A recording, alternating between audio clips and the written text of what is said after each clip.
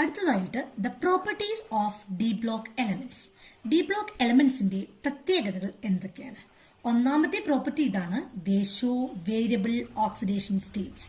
അവ വ്യത്യസ്ത ഓക്സീകരണാവസ്ഥ കാണിക്കുന്നു. അപ്പോൾ ആദ്യം നമുക്ക് അറിഞ്ഞിരിക്കണം എന്താണ് ഓക്സീകരണാവസ്ഥ എന്നത്, അല്ലെ? നമ്മൾ ഇതിനു മുമ്പ് എസ് ബ്ലോക്ക് എലമെന്റ്സിനെ കുറിച്ചും പി ബ്ലോക്ക് എലമെന്റ്സിനെ കുറിച്ചും എല്ലാം പഠിച്ചിട്ടുണ്ട്. അവയുടെ ഓക്സീകരണാവസ്ഥകൾ എങ്ങനെയാണ്, അതിൽ നിന്നും എന്താണ് ഡി ബ്ലോക്ക് മൂലകങ്ങളുടെ അല്ലെങ്കിൽ ഡി ബ്ലോക്ക് എലമെന്റ്സിന്റെ ഓക്സീകരണാവസ്ഥയ്ക്ക് അല്ലെങ്കിൽ ഓക്സിഡേഷൻ സ്റ്റേറ്റിനുള്ള വ്യത്യാസം എന്താണ്? ഒരു എക്സാമ്പിൾ പറയാം. ഒരു എസ് ബ്ലോക്ക് എലമെന്റ് ആണ് സോഡിയം, അല്ലെ? അറ്റോമിക നമ്പർ 11 ആണ്. സോഡിയം എന്ന് പറയുന്നത് എസ് ബ്ലോക്ക് മൂലകമാണ്. അറ്റോമിക നമ്പർ 11 ആണ്. അപ്പൊ നമുക്കറിയാം സോഡിയത്തിന്റെ ഇലക്ട്രോൺ വിന്യാസം അല്ലെങ്കിൽ ഇലക്ട്രോണിക് കോൺഫിഗറേഷൻ എങ്ങനെയാ വരിക? 1s2, 2s2, 2p6, 3s1, അല്ലെ? അപ്പോൾ ഒരു കെമിക്കൽ റിയാക്ഷനിൽ പങ്കെടുക്കുമ്പോൾ നമുക്കറിയാം ഈ ലാസ്റ്റ് ഷെല്ലിലുള്ള ഈ ഔട്ടർ മോസ്റ്റ് ഷെല്ലിലുള്ള ഇലക്ട്രോൺ ആണ് എന്തിൽ പങ്കെടുക്കുക? ഈ കെമിക്കൽ റിയാക്ഷനിൽ പങ്കെടുക്കുക. അപ്പൊ സോഡിയം എന്താണ് ചെയ്യുക? സോഡിയത്തിന്റെ ഔട്ടർ മോസ്റ്റ് ഷെല്ലിൽ ഒരു ഇലക്ട്രോൺ ഉള്ളത് കൊണ്ട് സോഡിയം ഈ ഒരു ഇലക്ട്രോണിനെ ഡൊണേറ്റ് ചെയ്യും, വിട്ടുകൊടുക്കും, അല്ലെ? അതുകൊണ്ട് സോഡിയത്തിന്റെ വാലൻസി 1 ആണ്. ഒരു ഇലക്ട്രോണിനെ വിട്ടുകൊടുക്കുന്നത് കൊണ്ട് അതിന്റെ ഓക്സീകരണാവസ്ഥ +1 ആണ്. ഓക്സീകരണാവസ്ഥ എന്ന് പറഞ്ഞാൽ എന്താണ്? ആ പ്രോസസ് നടക്കുമ്പോൾ, കെമിക്കൽ റിയാക്ഷൻ നടക്കുമ്പോൾ ഇതിന് ഒരു ഇലക്ട്രോൺ നഷ്ടപ്പെടുന്നത് കൊണ്ട് ഇതിന്റെ ചാർജ് എത്രയായിട്ട് മാറി? +1 ആയിട്ട് മാറി. അതുകൊണ്ട് സോഡിയത്തിന്റെ വാലൻസി 1ഉം അതിന്റെ ഓക്സിഡേഷൻ സ്റ്റേറ്റ് +1ഉമാണ്. കാൽസ്യം, അല്ലെ? കാൽസ്യത്തിന്റെ അറ്റോമിക് നമ്പർ നമുക്ക് എല്ലാവർക്കും അറിയാം 20 ആണ്. കാൽസ്യം രണ്ടാമത്തെ ഗ്രൂപ്പിലുള്ള കാൽസ്യം. ഇനി അതിന്റെ ഇലക്ട്രോൺ വിന്യാസം അഥവാ ഇലക്ട്രോണിക് കോൺഫിഗറേഷൻ ഒന്ന് എഴുതി നോക്കാം. 1s2, 2s2, 2p6, 3s2, 3p6, 4s2, അല്ലെ?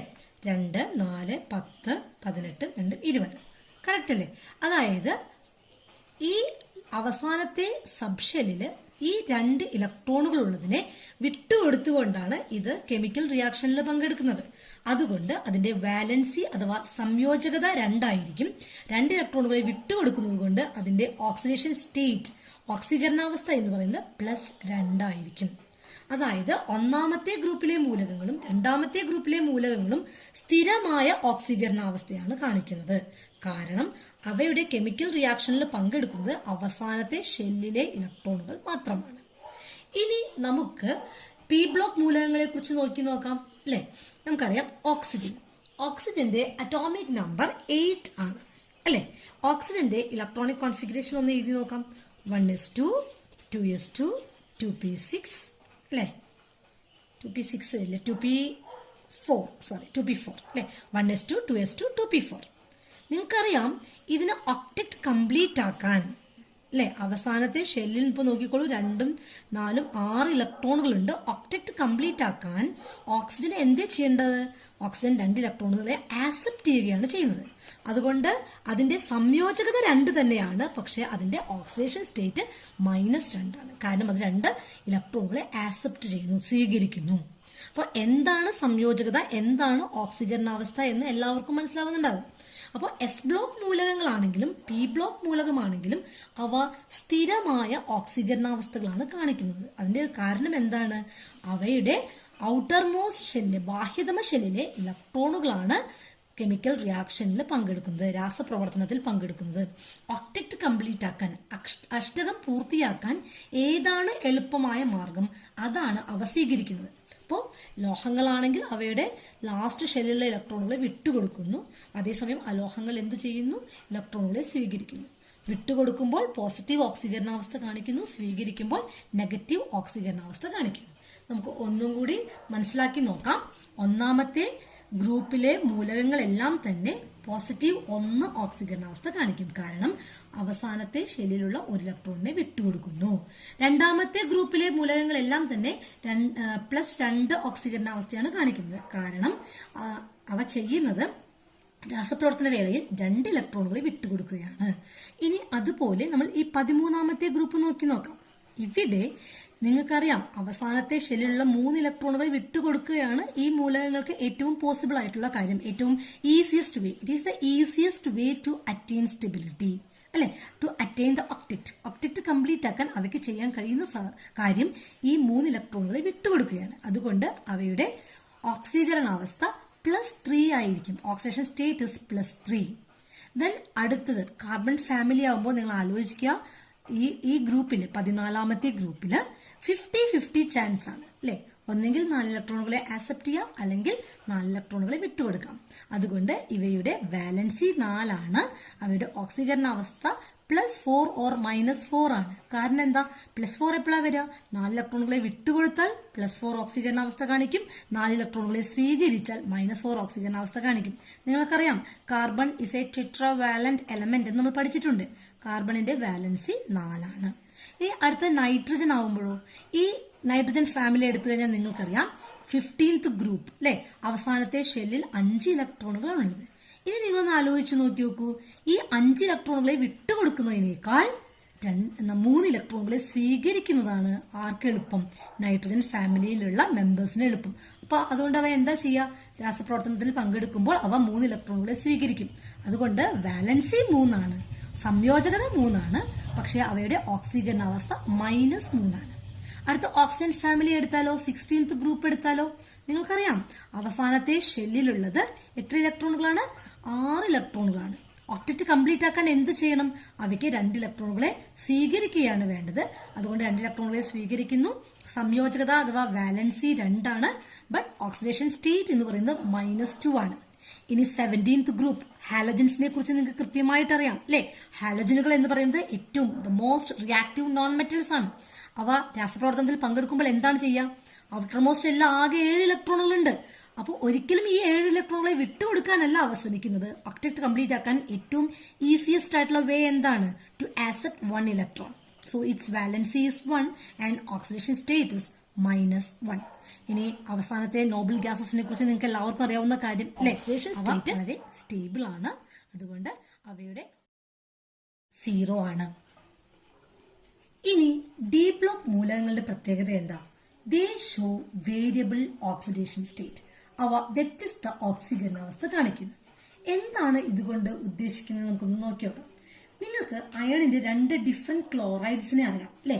ഒന്ന് ഫെറസ് ക്ലോറൈഡ് ആണ്, FeCl2. അടുത്തത് ഫെറിക് ക്ലോറൈഡ് ആണ്, FeCl3. ഇതിൽ അയണിന്റെ FeCl2ല് ഫെറസ് ക്ലോറൈഡില് അയണിന്റെ ഓക്സീകരണാവസ്ഥ +2ഉം FeCl3ല് ഫെറിക് ക്ലോറൈഡില് അയണിന്റെ ഓക്സീകരണാവസ്ഥ +3യുമാണ്, അല്ലെ. അപ്പൊ ശ്രദ്ധിക്കാം, ഒന്നിൽ +2 ഒരു കോമ്പൗണ്ടിൽ +2 ഓക്സീകരണാവസ്ഥ കാണിക്കുന്നു, മറ്റേ കോമ്പൗണ്ടിൽ +3 ഓക്സീകരണാവസ്ഥ കാണിക്കുന്നു. ഇത് എങ്ങനെയാണ് സംഭവിക്കുന്നത്? ശ്രദ്ധിക്കാം, അയണിന്റെ അറ്റോമിക് നമ്പർ 26 ആണ്. നമുക്കതിന്റെ ഇലക്ട്രോൺ വിന്യാസം ഒന്ന് നോക്കിയാൽ 1s2 2s2 2p6 3s2 3p6 4s2 3d6 ആണ് അയണിന്റെ ഇലക്ട്രോണിക് കോൺഫിഗറേഷൻ. ഇവിടെ അയൺ ആദ്യത്തെ ഈ ഫെറസ് ക്ലോറൈഡ് ഉണ്ടാക്കുന്ന സമയത്ത് അയണിന് +2 ഓക്സിഡേഷൻ സ്റ്റേറ്റ് കിട്ടണമെങ്കിൽ അയൺ 2 ഇലക്ട്രോണുകളെ വിട്ടുകൊടുക്കുകയാണ് ചെയ്യേണ്ടത്. അതായത് ഈ ലാസ്റ്റ് സബ്ഷെല്ലിലുള്ള, അതായത് 4s സബ്ഷെല്ലിലുള്ള 2 ഇലക്ട്രോണുകളെ വിട്ടുകൊടുക്കുന്നു. അങ്ങനെ അയൺ Fe2+ ആയി മാറുന്നു.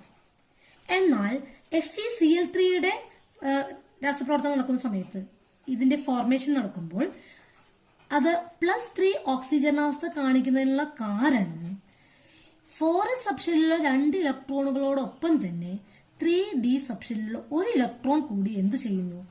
ഈ കെമിക്കൽ റിയാക്ഷനിൽ അല്ലെങ്കിൽ രാസപ്രവർത്തനത്തിൽ പങ്കെടുക്കുന്നുണ്ട്. ആ സന്ദർഭത്തിൽ അയണിന്റെ ഓക്സീകരണാവസ്ഥ +3 ആയിട്ട് മാറുന്നു. ഇങ്ങനെ സംഭവിക്കാൻ എന്താണ് കാരണം? ഈ ഡി ബ്ലോക്ക് എലമെന്റ്സിൽ അവയുടെ ലാസ്റ്റിലുള്ള S സബ്ഷെല്ലിന്റെയും തൊട്ട് മുന്നിലുള്ള D സബ്ഷെല്ലിന്റെയും എനർജിയിൽ വളരെ വലിയ വ്യത്യാസമില്ല. അതുകൊണ്ട് രാസപ്രവർത്തനത്തിൽ പങ്കെടുക്കുന്ന സമയത്ത് അവസാനത്തെ ഷെല്ലിനോടൊപ്പം തൊട്ട് മുന്നിലുള്ള ഷെല്ലിലെ D സബ്ഷെൽ കൂടി രാസപ്രവർത്തനത്തിൽ പങ്കെടുക്കുന്നു. അതുകൊണ്ട് അവ വ്യത്യസ്ത ഓക്സീകരണാവസ്ഥകൾ കാണിക്കുന്നു. ഒന്നും കൂടി പറയാം. The energy difference between the last S subshell and the penultimate D subshell is very small in D block elements. So, while take part in chemical reaction, the last S subshell, electrons in the last S subshell and the penultimate D subshell take part in chemical reaction. That's why they show different or variable oxidation states. FeCl2-ൽ Feയുടെ oxidation state കണ്ടുപിടിക്കാൻ നിങ്ങൾ കഴിഞ്ഞ കൊല്ലം പഠിച്ചിട്ടുണ്ട്. നിങ്ങൾക്ക് ഓർമ്മയില്ലെങ്കിൽ നമുക്ക് ഒന്നും കൂടി അത് ശ്രമിച്ചു നോക്കാം, ഓർത്തെടുക്കാം. എങ്ങനെയാണ് FeCl2-ൽ അയണിന്റെ ഓക്സിഡേഷൻ സ്റ്റേറ്റ് കണ്ടുപിടിക്കുന്നത്? നമുക്കറിയാം, ക്ലോറിൻ നമുക്ക് അറിയാവുന്ന കാര്യം ഹാലജൻ ആണ്.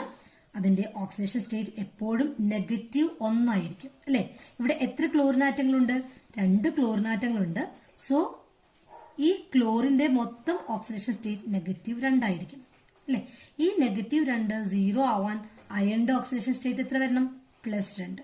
അങ്ങനെയാണ് അയണിന്റെ ഓക്സിഡേഷൻ സ്റ്റേറ്റ് +2 ആയി മാറിയത്.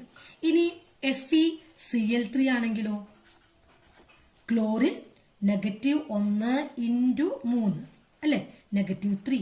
-3യുടെ എത്ര ആഡ് ചെയ്താലാണ് 0 കിട്ടുക? +3 ആഡ് ചെയ്താലാണ് 0 കിട്ടുക. So here the oxidation state of iron is +3. ഇനി നമുക്ക് കൂടുതൽ മൂലകങ്ങളുടെ ഓക്സിഡേഷൻ സ്റ്റേറ്റുകൾ കണ്ടുപിടിക്കാം. അവ ട്രാൻസിഷൻ എലമെന്റ്സ് കാണിക്കുന്ന വ്യത്യസ്ത ഓക്സീകരണാവസ്ഥകൾ കണ്ടുപിടിക്കാം. ഓരോ കോമ്പൗണ്ടിലും ഓക്സീകരണാവസ്ഥ കണ്ടുപിടിച്ചതിന് ശേഷം അവയുടെ ഇലക്ട്രോൺ വിന്യാസം നമുക്കൊന്ന് എഴുതി നോക്കാം.